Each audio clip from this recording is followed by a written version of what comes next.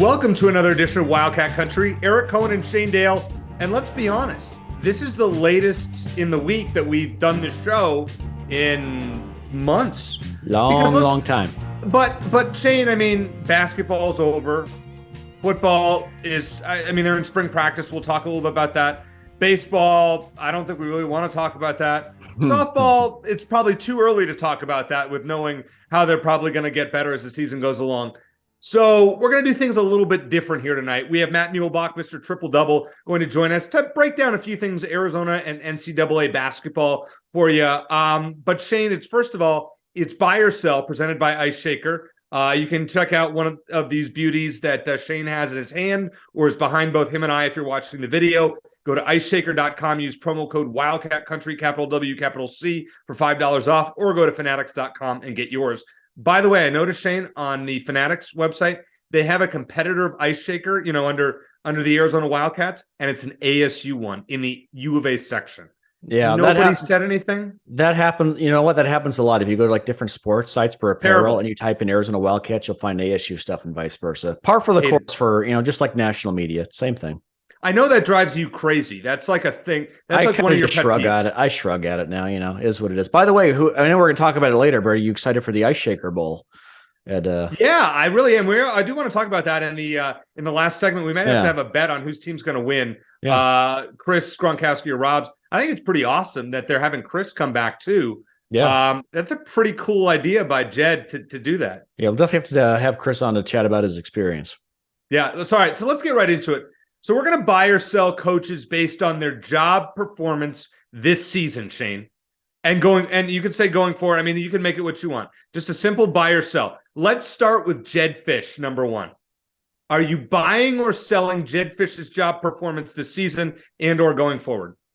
Okay, so just from this past season and looking ahead to next season, is that what we're narrowing it down to? Well, that's an easy buy. The improvement was dramatic from year one, or as Jedd calls it, year zero to year one in his mind. Once he was able to get some guys in, he had a great recruiting class, did excellent in the transfer portal, and they made the jump. I think we were all hoping for. Like we said, after the season ended, we both would have taken 4 wins, provided that one of those was against ASU. We got it, and we got a bonus one at a ranked UCLA team, whichever bonus one you want to count. That's my bonus. If they had lost at UCLA, I still consider it a successful season. So they're on the right track. They have another strong recruiting class coming in. Big question is going to be whether they improve on defense. The Johnny Nansen hire was a risk. He's a great recruiter. Is he a good defensive coordinator? Bringing in Dwayne Aquina on the defensive side will definitely should help in that regard. But I can't imagine anyone at this point who's been paying attention to Arizona football the last several seasons and survived the Kevin Sumlin era would do anything other than buy Jedd Fisch at this point. Yeah, and here's another reason I'm going to buy Jedd Fisch, Shane. I loved what I saw with the offensive creativity last year after basically seeing none of it the year before. The offense looked fun, and I was shocked. Like, I wasn't expecting that to happen. Yeah, a lot of the pre-snap movement I like. There's a lot of misdirection going on, which I think I disagree with you to an extent. I think the first year he was here, I think there was creativity. He just didn't have guys to run it. And I think that part of that was actually on Jedd, because he's got to realize you can call the most sophisticated plays in the world, and all the misdirection and the flea flickers or whatever. If you don't have guys who can execute, it ain't going to matter. This past year, he did have guys who could execute it, and they had a lot of situations where it looked like one guy's getting the ball, another one got the ball, and it wasn't just a read option situation; it went well beyond that. So I think he's a very smart offensive mind, and now he's finally getting players who can execute his game plan, and that's all that matters. I am revising my win total projection that we made in January. I think I had us at 5-7 again, going 6-6. Arizona's going to be in a bowl game this year. We'll have some college football experts on in the coming months to talk about that. But I'm actually, maybe it's the spring football, Shane, but I'm feeling pretty darn good about that pick right now. I don't know who they're going to upset, but they'll find somebody. Yeah, they're going to have to upset someone because they have a tough schedule. I'm going to stay with 5 because, look, I think Arizona's going to be better than they were last season. I think the Pac-12 is going to take an even bigger leap forward collectively than Arizona will, mainly because Pac-12 is loaded at the quarterback position. You could argue that Jayden de Laura is even in the bottom half of the conference, as good as he was and as he is. just look at the quarterbacks who are coming back, the quarterbacks who have entered the league. So that's my concern. I think Arizona could improve and still miss a bowl game in 2023. But you have to buy Jedd Fisch because of recruiting. I mean, if for no other reason, I mean, the recruiting has been like we have never seen. I mean, think about it. Since Mike Stoops was a pretty darn good recruiter. Rich Rod, it was a pretty darn good coach, probably the best coach Arizona's had since Dick Tomey, actual coach, but he didn't recruit. I mean, we're not going to talk about Sumlin. Stoops was an okay coach, but he was a pretty good recruiter and brought in athletes. Jedd is a pretty good coach, I think, but his recruiting is off the charts right now, and I'm really, really impressed. Well, and reminding student athletes over and over that, look, we have these pro connections. We have guys who coach in the pros. We're going to bring head coaches in from the NFL to talk to you guys, or to talk to the coaches. Yeah. And give inspirational speeches. You know, that whole message of you come to Arizona and we'll help you get to the next level. For guys who are, say, 3-star, low end 4-star, who maybe will get lost in the shuffle at an Alabama or an Ohio State, Arizona is now an attractive option. And that wasn't the case a few years ago. And that's massive for Jedd. And keeping this coaching staff together is going to be a very important in that regard going forward. Stunning. All right. I made y'all wait one. Number 2, Shane, Tommy Lloyd, buy or sell. This is an interesting one. Nah, it's easy. I got to buy it, Eric. I know how the season ended. I know the Princeton loss was awful. And, we can certainly talk about, the NCAA tournament, his first 2 years. We're just talking about last year going into the next season. But, going into both of Tommy Lloyd's seasons at Arizona, I thought they were a borderline NCAA tournament team, and they get a 1 seed and a 2 seed. They won the Pac-12 tournament both years. They have 1 regular season championship. They have 2 in-season tournament championships. The one in Vegas, I forget what it was called, the year before last, and then the Maui Invitational. I have to buy it. My only concern with Tommy Lloyd, and it's a sizable one, is that he's still working with Sean Miller's guys. And, obviously with year 1, it was big. With year 2, not so much. But now Kirk Reese is gone. Dubellis, as of this moment, which always subject to change by the time we release this podcast, is still an Arizona Wildcat, but he's still a holdover from the Sean Miller era, and obviously a significant one. So I still will reserve full judgment on Tommy Lloyd until it's all his guys, all his team. But in terms of what he's done, I think he certainly has exceeded expectations. We thought there was going to be a little more of a rebuild involved when he took over for Sean Miller, and Arizona's picked up right where it's left off. Unfortunately, both good and bad. You've talked about the NCAA tournament, but absolutely, I'll buy what he did last season, despite the disappointing end. All right, I'm not going to give you an extreme buy here. I'm going to give you a buy for Tommy Lloyd because, the regular season performance has been fantastic, no question about that. Postseason performance has been disappointing, but I think Tommy got a little too lax, and I think he knows it. And I think he's going to tighten the belt a little bit. Now, let's talk about something real fast that is out there. There are strong rumors that Ryan Nembhard, who is the point guard for Creighton, today we're recording on Thursday night. He entered the transfer portal. Probably a good time that the one week we actually wait for a while to record. We strategically did this. Yeah, we just knew Nembhard was going to. Declare today. So, the rumors are that he's going to come to Arizona, which would be awesome because Tommy coached his brother and recruited his brother to Gonzaga. Ryan Nembhard, to me, could be the alpha that Arizona is missing. Yeah. And I mean, he had 30 points against Baylor in the tournament. He had 20 against Arizona and Maui. He did. He's a scorer at the point guard position. You put him with Boswell, I mean, teams are going to have the ball handling is phenomenal. Your teams are going to have problems with that backcourt. They may not have the size, but Arizona is going to create major problems for teams. I would love that. Now we'll talk about it once he commits, if that happens, but pretty exciting. Yeah. We'll ask Matt Muehlebach what he thinks about, 2 point guards in the backcourt at the same time. Kerr and Boswell did that on and off this past season. And they're both scorers. They're not necessarily what you call pass first point guards. Maybe, I mean, at least if nothing else, they're kind of both hybrid guards. So I think it would work fine. But yeah, Nembhard, you look at his stats, he's a pretty good shooter. He's a good outside shooter. He's aggressive, and he's a guy who would probably want the ball in his hands late. And so if he ends up coming to Arizona, I think that'd be a big win. I think Arizona obviously they need to improve their guard situation, not only with Kerr leaving and Adama Ball, and Adama Ball didn't play much this past year, but guards are what win NCAA tournament games. Arizona just didn't have an elite guard this past season. They had a lot of very good ones, but not an elite one. And a guy like Nembhard would be a fantastic addition. Number 3, Shane, Adia Barnes, buy or sell? I know there's been a mass exodus, and we had another one, Kalen Gilbert on Thursday. I'll still buy. You still have to, and I know we're just talking about this past season, but you think about what Adia Barnes has done at Arizona. I mean, I can't stress enough. Like, to call the program a dumpster fire before she came would be an insult to dumpster fires. And 3 straight years in the NCAA tournament, a win, at least one win in the tournament, which is more we can say for the men's team. I'll reserve judgment on the future until she has a great recruiting class coming in. A couple of people who are going to stay, Es Martinez and Maya Nagy are going to stick around, so at least there's that. We'll see what happens in the transfer portal, because she has a lot of work to do there in terms of being competitive next season. But I don't know how you couldn't buy Adia Barnes. The people leaving, it's a bit of a concern. Let's see how she fills out the roster. So I'll reserve judgment on that, but I have to buy. Absolutely. Okay. So I love Adia Barnes as a coach, as a person when we've had her on a lot. I love what she's done at Arizona.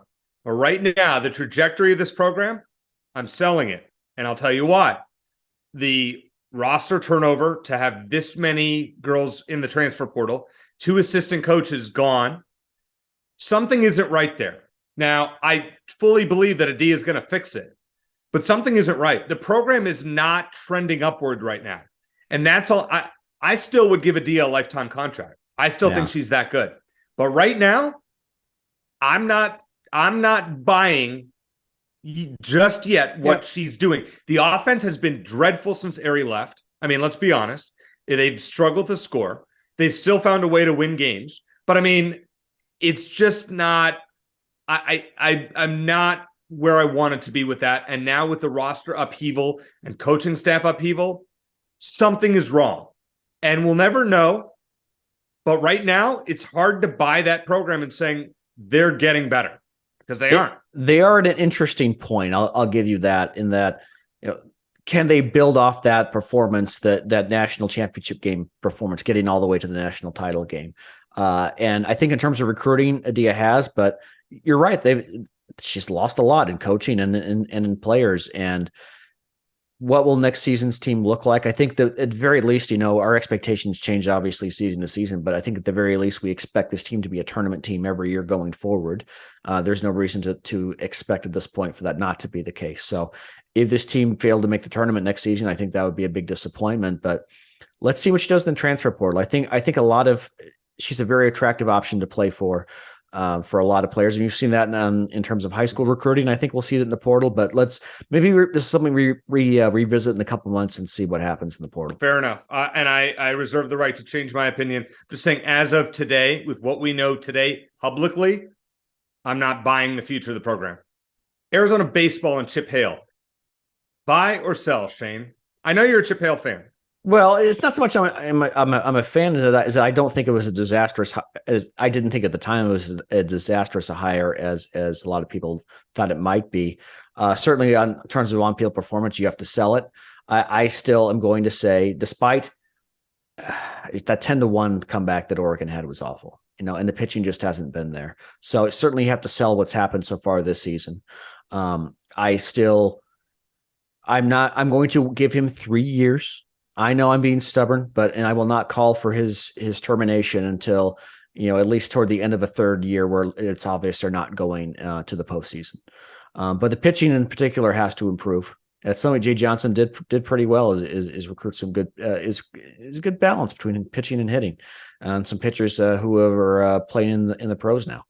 And Chip Hale is come up short in that regard. So certainly we'll sell. In terms of a separate question I'm going to ask myself: do I buy or sell Chip Hale needs to be fired? I'm going to sell that for now. But I'm also going to sell his performance, because it's just been, in the last several weeks in Pac-12 play, it's been awful. Well, I mean, this is the easiest sell on the board. I think it's time. I don't know how Chip Hale is recruiting, but obviously there is a hole there somewhere, and players I'm not sure are getting better. Are these players still Jay Johnson players, the elite guys? I don't know. I mean, I'd have to look at that. No, are they all Chip Hale? I mean, the pitching is dreadful. Like something has to be. If Chip Hale were to say, I'm not making any changes after the year on his staff, whatever that is, then Chip Hale should be gone. Because something has to change. To Adia Barnes' credit, she at least is making changes. Whereas Chip Hale needs, I mean, whatever job you're in life, if you're not doing well, you're going to get replaced. Simple as that. And well, unless you're in Congress. But yeah, the big pitch for any program these days is you come here, you'll have a better chance to go to the next level. You know, Jay Johnson's hashtag MLB training ground was great. And it paid off. There are a lot of guys, a lot of his players who are in the majors or are working their way up to the majors right now. Daniel Susak's the latest guy who's off to a great start in the minors. So you have to have that. And if Chip Hale can't go out, forget NIL for a moment. If he can't go out and say, look, you come here to Arizona, you'll have a better chance of playing in the pros, then he's not going to be able to recruit. And I don't know if he's struggling with that or not. He's played in the major leagues and he's coached in the major leagues. He was a member of the Nationals World Series team. So he has that, but if he's not able to capitalize on that, then he's not going to be successful. I have seen enough in the last few weeks that if things do not get better, drastic measures need to be taken. I will leave it at that. Caitlin Lowe softball, buy or sell the trajectory of the program as of right now. I'll still buy it. I know that the team hasn't been as successful as maybe some people expected and have come to expect, but I don't want to just parrot what I said before, but I think it's still relevant, is that Mike Candrea deserves a statue in Tucson as much as Lute Olson did. And Agreed. hopefully he'll get one.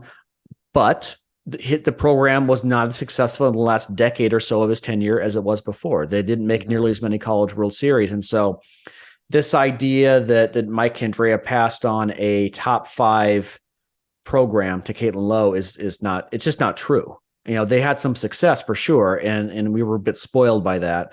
But where the program is now is about where it was in the last several years under Mike Candrea, and I think she deserves time to improve that. Now, I would like to see some improvement on the pitching side, because I think especially in softball, it's about pitchers. If you have one ace, you have a chance to win the whole thing.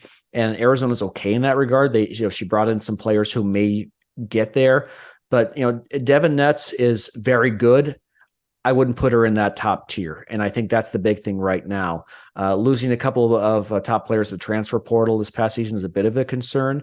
If it's a trend, I'll be concerned as well. But for now, I'll buy where the program's at in her second year. Getting to the College World Series kind of out of nowhere last season was fantastic. I think they at least have a chance to do that again this season. And I think, to me, at this point, super regionals would be the expectation for me. By year 3 or 4, we certainly would like to see them become perennial College World Series contenders again. But for now, I'll definitely buy where the team's at. Got to buy it, and I'll tell you why. I'll make it real quick. First year, made the College World Series, or the championship series in Oklahoma City. Number 2, the recruiting has been pretty good. That's all I need to see. 2 things right there. Until proven otherwise, the program is once again on an upward trajectory. Just going to leave it at that. All right, coming up next, let's talk to Mr. Triple Double, Matt Muehlebach. What's going to happen with Arizona basketball going forward? We'll find out. Fisch, here on Wildcat Country. What's up, Wildcat Country? It's Robbie G, baby, and I am gearing up for a big year with Coach Jedd Fisch, and excited to see what the Arizona Wildcats do this football season. And just like the football team, we stepped up our program as well with the official licensed U of A Ice Shaker, baby. Check it out and get it at fanatics.com. Bear down, Arizona. Let's go. Shane, very excited. We need some kind of a postseason wrap up, and there's nobody better to, break things down and be honest with us than Mr. Triple Double, Matt Muehlebach from the Pac-12 Network. Matt, I guess the first question was, when you were watching Arizona Princeton, just as a former player, watching the lack of effort that Arizona seemingly put forth in the second half, what was going through your mind? Well, those tournaments are scary, and as a high seed, my 4 years, we were a 1-1 and a 2 and a 2. And I remember specifically a couple times where, I didn't lose early in any of those years, but, I remember a couple of them were close. And I remember them being close and feeling a little tentative, and feeling the pressure. You could feel the pressure cooker. You could feel the fans in the arena going the other way. And it's hard. Like, let me tell you, it's really difficult as a player. And you could see it in Arizona's faces. I mean, they just, the strategy was simple, right? Get it inside. That's where they could beat them. Everyone knew it. The Arizona players knew it. The Princeton players knew it. The problem was, Arizona players know, hey, I'm supposed to get it inside, but I have a wide open three. What do I do? And so it's a little bit of a conundrum. I've been there before, like I said, where you get timid, you kind of lose your aggressiveness, and you're playing a little bit not to lose. And and we did find out Princeton could play. They played well, a couple of days later. So there's that. But I like I said, I've been there, and they Tommy has such a great mindset for those games. He talks about letting it rip, and I think that's the way you're supposed to do it. And for whatever reason, those players, hey, Eric, you were at the game in Vegas. Arizona was lit. They were on fire. They had an incredible 3 days. They celebrated, awesome. And it felt like they were flat, Matt, do you think that was the fan support in Vegas versus the lack of fan support in Sacramento made a difference? I think that's a good call. I mean, we all know about McHale North. You can feel it in Vegas. And look, let's call it what it is. In Vegas, if you lose, you don't go home.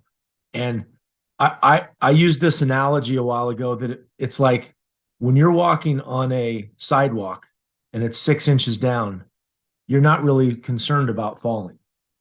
But if you were on the same sidewalk and it's 1,000 feet down, it gets a little nervy walking on the sidewalk. And that's kind of the deal, with that tournament. It's the winner go home for the favorites is a difficult thing. And I got to say this, like I was thinking about this a lot. College basketball, unfortunately, for better or for worse, right? You can have Arizona had a phenomenal season to me up until that last game. They won 27 games, 28 games. They exceeded, to me, all of our expectations. They won the biggest preseason or non-conference tournament that there is, the most prestigious, the Maui Classic. They beat one team that went to the championship game by 15 or 17. They beat Creighton, who was in the Elite Eight. They win the Pac-12 tournament. I mean, all those things, they beat Tennessee at home. It was an amazing season for really what they did. But then you lose that game. And like I said, for better or for worse, that's how college basketball breaks down, because you look back and I think everybody has a really sour taste in their mouth on the season because of one game on a Thursday in March.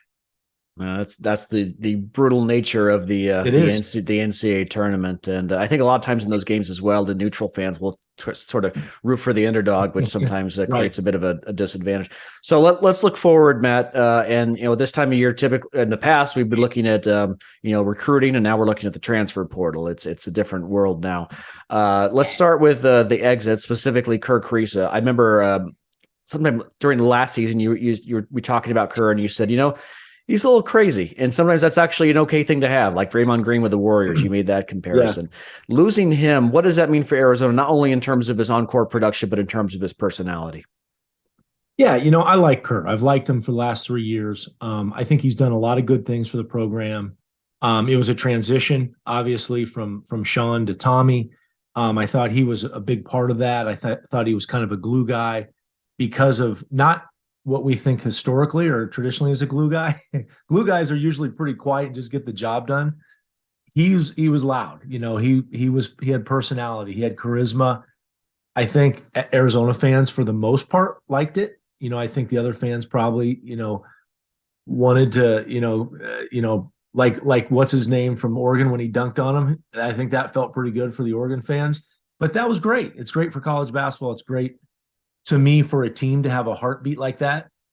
I think the difference for Kerr maybe this year was, last year he had a guy like Dalen Terry that was sort of his compadre in that. They were both kind of the heart and soul. And they didn't really have a guy that maybe had that personality this year to complement him. So I think he did a lot of great things. I think that, and again, I hate to keep going back to the tournament, but the narrative of teams oftentimes it gets basically summarized in the tournament. And sometimes it's fair and sometimes it's totally unfair. A guy like Damon Stoudemire, I think's jersey should be retired in McHale. It's time we retire that thing. But, he lost 3 times in the first round. And he did go to a Final Four, and he was special, and he was one of the most special players ever in Tucson. But we tend to start to make these narratives again on just what happens in the tournament. And frankly, Kerr was hurt both years. It's not an excuse. He was just hurt. He didn't play well. And so I think I don't really know all the inside why he left. And maybe it was just time. Maybe he was, it just felt like for him time to go. And maybe there's some other reasons. But look, I liked him. I thought he did a good job while he was here. It was unfortunate that, he got hurt in those tournament games and didn't play well in those. But again, like I said, he did a lot of great things for the team the last 3 years. So as of now, we know Kerr's gone, Adama Ball's gone, Courtney Ramey and Cedric Henderson are out of eligibility. As of this moment, Azuolas Tubelis is still part of the team, along with the other guys from last season. Right. If you could kind of sculpt like I'm going to say the perfect team, but like the perfect additions for the next season's roster as it stands now, always subject to change. What do you think Tommy Lloyd's priority should be? I think some guards. I mean, I think they need some additions at the guard position, whether it's a point or a 2, another 3. I think they need some athletes, to come in and be really good athletes and be physical and defend. And they've got a lot of, if they have everything they have today, and I say everything, I just think of like the 4 guys. If you have Boswell, Pella, Tubelis, and then you have Ballo at the center position. I mean, right there, like to me, you've got a top 10 team almost. Like just sprinkle in some other players, and you're pretty darn close. Tubelis and Ballo. Tubelis. Now I'm getting it. Ballo and Zoo were the 2 best big guys ever. Like maybe ever in Tucson. And if you brought them back and they're even better. And now you've got a really, really dynamic up-and-coming point guard in Boswell. And you throw Pell in there, who's a great athlete. I think his shooting numbers belied how good of a shooter he can be. Right there, you got a damn good team. All right, so, Matt, I'm going to throw – this is a weird one, but Shane and I talked about this the other week. If I told you before the season Arizona's going to win nearly 30 games, win the Pac-12 tournament, and lose in the first round – would you take that outcome, or would you take an outcome of maybe a low 20-win team, lose in the Pac-12 tournament, and lose in the Elite Eight? Which would you would take that? You would take that over the okay? I would. Why. I mean, because again, okay. So I was thinking about that. Jedd Fisch, who you mentioned, we were talking about him, has done an amazing job with football, and football's different. How it happens during the season. If you took an Arizona football team that was 7-5 this year, and they went to the Vegas Bowl and played, I don't know, Utah State or New Mexico or somebody, and 15,000 Arizona fans go to that, they're going to party, they're going to gamble, and Arizona wins 35-17. They'll come back feeling so good. And if they beat their rival, add that to that whole mix, right? They beat their rival, they do all that. 7-5, they're not even in the top 25. You would feel as an Arizona fan probably like, what a season. Like there's hope, there's momentum. Let's go to next season. And here you are with Arizona basketball. Like I said, I think it's unfair for that team that it's seen right now as such a disappointment because of the first round loss, because they did so well for 34 games or whatever it was. And just the one stub of their toe seemed to write the entire season, almost seemed to kind of just weighed down the good of what they did because of the first round loss. So it's an interesting point that you brought up with Arizona football. I think about the Las Vegas Bowl in 2008 versus the Holiday Bowl in 2009. So the 2008 team, barely made a bowl game. They went to Vegas. They beat BYU. We all had a great time. Shane was there. Remember, Shane? It was a great time. We all enjoyed it. And then you had the next year, which was a good Arizona team that just missed out on a chance to go to the Rose Bowl. And then they went to San Diego and got shut out 33-0 by Nebraska. So if you had asked me which I would have taken at the end of the year, I probably would have taken the Vegas Bowl just because we got that experience. I don't know. It's an interesting argument as far as that goes. It is. When you think about next year's team, what should be the expectations as of now for the 2023-24 Arizona Wildcats? Well, I think probably similar to this year's team in terms of if you have what you had now. So if you said, take the roster today, you have Tubelis that was arguably the Pac-12 Player of the Year until the last 3 weeks, right? And you'd say he's going to be better, Ball is going to be better, all that. I mean, I think you got a team right there that I would expect to be in the top 2 or 3 of the league. I think Tommy is an incredible coach. So I a lot of times I think in the NBA, people bet a lot on the players. And I do think the coaches are underrated in the NBA because really good coaches can do a lot. I think in college, a lot of times you're sort of looking at the coach, and I trust in the coach to kind of figure out a few things. Number one, this day and age, you trust the coach on roster construction to figure out what it's going to take. And then I think maybe the biggest and most important skill of a coach these days is it's like you're speed dating, right? You're trying to build chemistry and culture like in one date. Like you have one season with these guys who you don't know who's going to be there the next year or whatever. It's not when I played, we had 4-year seniors, all over the lineup on all of our teams.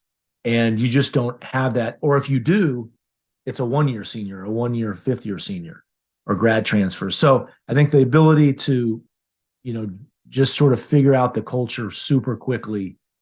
And I trust Tommy a lot to do that. Matt, we got a little potential transfer portal news earlier on Thursday. We're recording this Thursday night. Possibility of Ryan Nembhard, a point guard from Creighton, possibly transferring to Arizona, being at the top of the list since Tommy Lloyd coached and recruited his brother to Gonzaga. But you got Kylan Boswell as a point guard, Ryan Nembhard as a point guard. Do you think that would make sense? I mean, they're both scorers too. Nembhard scored 30 against Baylor. You think those two could coexist in the backcourt? I think so. You look at granted a little different, but you look at 97 Arizona, right? You had Bibby, you had Simon, you had Jason Terry off the bench as a 6th man.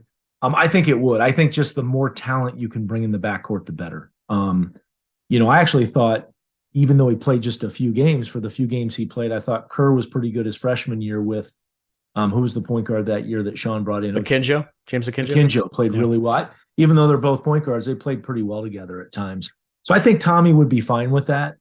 What I love what Nembhard does is what he does inside the 3-point line. His athleticism. And we always talk about guards in the tournament. And, you got to have great guards, right? And I think one of the keys to that, when you say great guards, I think one of the particular sort of skill sets is making plays at the end of the shot clock. And that's what they have to do in the tournament. And Nembhard is a guy, and I'm not criticizing Kerr, but that's not really his game, right? Kerr's more of a flow in the action. Kerr took big shots, but Nembhard's a guy that just breaks you down. And I think against, it may have been the game before Arizona, he had one of the best dunks I've seen all year. So he can get to the rim, he can finish, he can get fouled. I like his ability, in those areas. And that's, to me, like Butler at the end of the game for San Diego State. He just made a play, just goes down off the dribble, pull up 15, 17 footer, money to get to the Elite Eight. Or was that to get to the final game, right? And so I think a guy like that would be really special for this team. Guys that can break guys down off the dribble. All right, my last question for you. Just in your conversations with coaches, because you get to call a lot of games and you talk to them before the games, have you gotten a feel for just how big NIL is in terms of the transfer portal and how much of a difference that makes versus guys wanting to play for the right coach and try to get to that next level? It's become big.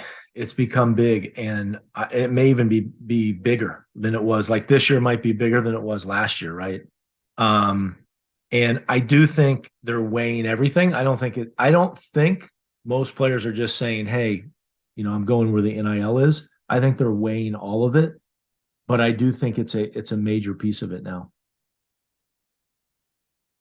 All right, Matt. My last question. I may get in trouble, and Shane may roll his eyes when I give this one. As a broadcaster and fan of college basketball, would you rather see a Final Four of Blue Bloods, or would you rather see the underdogs like we saw this year, minus UConn? Blue Bloods. Blue Bloods. I mean, I think it creates more. What was it 2 years ago? What was it? Duke, Carolina, Kansas, Villanova. I mean, to me, that creates more electricity.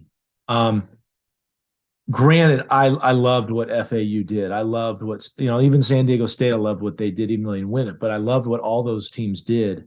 But yeah, I mean, and by the way, I'll argue that Arizona's a blue blood. I don't think they're in the top 5 of blue bloods. I think it's Kentucky, Kansas, Carolina, Duke. Like those teams are those are the blue bloods. But I think Arizona's in that first 10, 12. Somewhere in that range. UConn now. UConn's the strangest team. They have 5 titles in 25 years. And they have some years where you just scratch your head. They either win the whole thing or they miss the tournament. Yeah. They miss the tournament. It's insane. And look, I've always said this. I say that, look, Arizona, for how good it's been, for the dynamic coach of Lute Olson and 2 really good coaches after, a laundry list of crazy good pros and college players, millionaires, billionaires. I mean, billions of dollars with these players. What they've done is crazy off the charts, and it's up there in that top 5 or 6. But they've underachieved a little bit in the tournament. You got it, because I think one title is not representative of how good Arizona has been over the years. On the flip side, like we just said, UConn, they've caught magic, lightning in a bottle.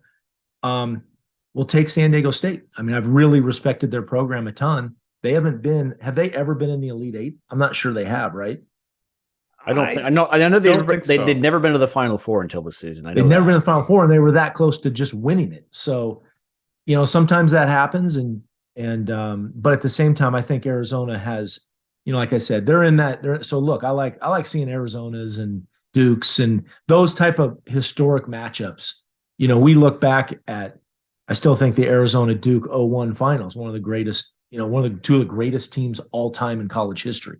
So I love to see that. I mean, but it is different these days again, because even those teams had guys like Duke had Shane Battier, who was a 4-year senior. Arizona had Lauren Woods, who was a 5th-year senior. Wright was a 4-year senior, I believe. So the times have changed for sure. All right, I got to ask you one bonus question, just because I know this is going to annoy Shane too, and I can't help myself. If they came to you and said, Matt, we'll do anything you say to change the NCAA tournament, what would you suggest? Man, I'm going to sound like an old guy because I wouldn't change it. I mean, I like I said, as much as it can be a stomach punch, because like Arizona, you have a great year and then you lose that first game. I wouldn't change it right now. I like where it is. I know there's some people arguing that, and I'm not saying it's a bad argument, that now you see FAU teams that are 8 or 9 seeds and they go to the Final Four. Like, we should bring more teams in and make it a 96 or something. I just don't think so. I think the formula is so special. I'd keep it.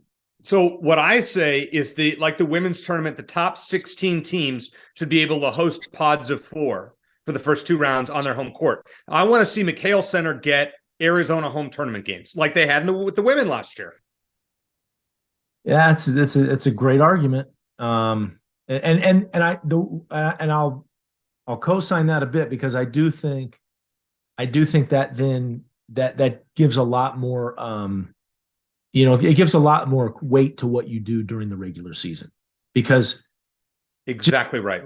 Just getting your 1 seed or 2 seed or 4 seed, the weight goes out the window. Now, you're supposed to play at home, or you're supposed to play close to home or in the West, or if you're a West team, whatever it might be. But as we saw, as you pointed out earlier, Eric, like there wasn't a big fan. The fans were actually against Arizona, if anything. So they were UCLA fans who were rooting against Arizona. Sure. And I remember being in McHale when Tim Duncan was here, and every single person was rooting against Wake Forest. And, St. John's was here, and NAU was trying to almost beat St. John's that one year, and everyone was rooting for NAU. But so that does make it pretty special. I love that. I think that's an interesting idea to have to think about. See, NCAA, they should listen to Wildcat Country. They would learn a lot of things. Matt, thank you as always for joining Shane and I. Great discussion, and I'm sure we'll have you on again later this offseason. Yeah, thanks, fellas. Always appreciate it. One Gem Mint PSA 10 after another. That's what so many card collectors, including yours truly, have experienced when they submit their cards for grading through DT Sports Cards. They are an authorized PSA dealer, which means if you submit your cards through them, you'll reap all the benefits of being a PSA subscriber without actually having to subscribe. That means you can take advantage of PSA's bulk submission rate, even if you want to submit just a single card. And for just $2 a card, DT Sports Cards will give your cards a thorough review and tell you if they're likely to receive your desired grades for them. I've submitted baseball, football, basketball, hockey, and yes, even Pokemon, and have received so many PSA 10s because DT Sports Cards has helped me send in the right cards and save my money on the rest. Check them out for yourself at dtsportscards.com or on Twitter and Instagram at DT_sportscards. Great to talk to Matt Muehlebach. Great insight. One thing, Shane, that he said that we were talking about was the off the air. The prestige that the exposure that the women's basketball got with the LSU Iowa championship game, with Iowa and Caitlin Clark beating an undefeated South Carolina team, and then obviously the thing with the hand or whatnot. The John Cena "you can't see me" thing. Yeah. Listen, I think it was great for the sport. Do I love the sportsmanship of it? No, but for women's college basketball, this was a phenomenal weekend from start to finish. I am being completely honest about this, Eric. I was actually more interested. Actually, the second time in 3 years this has happened, because Arizona was in the championship game 2 years ago. But I was more interested in the women's championship game than the men's. I didn't really care who won between UConn and San Diego State. I kind of wanted UConn to win because San Diego State's fans are obnoxious. But on the women's side, what Caitlin Clark is doing, what is ridiculous, not only with her shooting, but she's one of the best passers I've ever seen on women's or the men's side. And then, with LSU and their coach who dresses like Siegfried and Roy, she kind of was a story in herself. What Iowa did to an undefeated South Carolina team, what Caitlin Clark specifically did, then going into the LSU game and then the drama. When's the last time that non-women's sports fans cared so much about the officiating and the sportsmanship in women's basketball? It was massive. It was great exposure for them. As someone who, I covered the U of A women's basketball team for the Daily Wildcat way back in the day. I was happy to see it. So mixed feelings about the sportsmanship aspect of it, but I think we can both agree, and Matt certainly agreed that it was great for the sport in terms of exposure. So this segment, our third segment in the program, brought to you by DT Sports Cards, which is behind me, somewhere where I'm trying to point if you're watching the YouTube video. Shane, what's going on with DT Sports Cards this week? Oh, I got another order coming back. I got a couple Larry Fitzgerald rookies. One got a PSA 10, the other got a PSA 9. My guy, Dave at DT Sports Cards, he recommended I send them both in. He looks at each card for $2 a card, and it paid off. And one of the Larry Fitzgerald cards is numbered to $4.99. So PSA 9 was very good. So if you want to get some cards graded through PSA and get some discounts that you wouldn't ordinarily get on your own, dtsportscards.com. And there you have it, DT Sports Cards. Check them out. It's worked for Shane. He's making a lot of money, I think. Ish. Ish. Okay.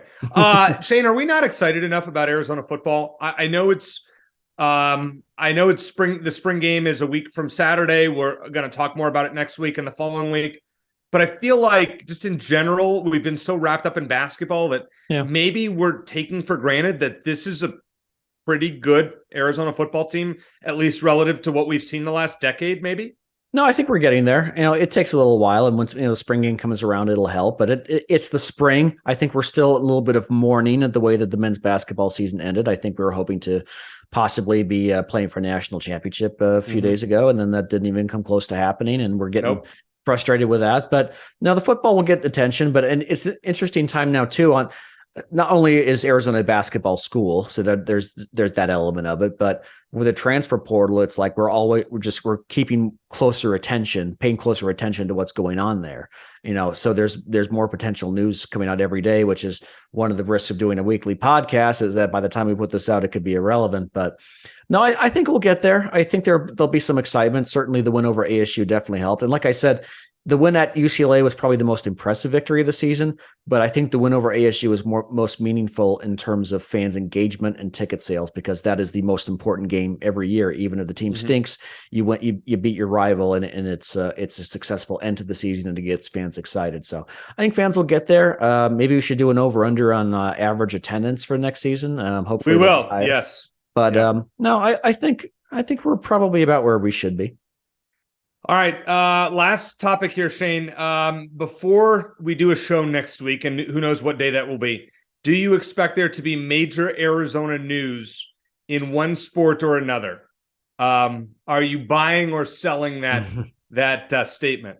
I'll buy it, just because the transfer portal, there's always big news, and certainly with the news we saw with Ryan Nemhard deciding to transfer from Creighton, it sounds like that could be significant. It could be something that goes Arizona's way. So, if we end up recording later in the week again next week, then I will buy that we will have. Look, we always have something to talk about. The first year we did this podcast, it was about all the coach firings and hirings, and now we've got transfer portal news. We've got spring practice and football. We've got the Pac-12, Big 12 drama, and we'll talk about that more in the next few weeks. So I will very confidently buy we'll have plenty of big news to talk about next week.